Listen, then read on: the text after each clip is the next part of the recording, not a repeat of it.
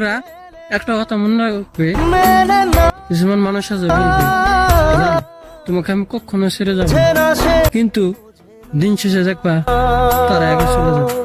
পৃথিবী একদিকে একদিকে আমি আজ আমার রক্তে। কথাটা ভাই সত্যি নেই, মিথ্যা কথা বললে মানুষ সবাই বিশ্বাস করে, আর সত্যি কথা বললে মানুষ প্রমাণ খুঁজে। তাইলে মানুষ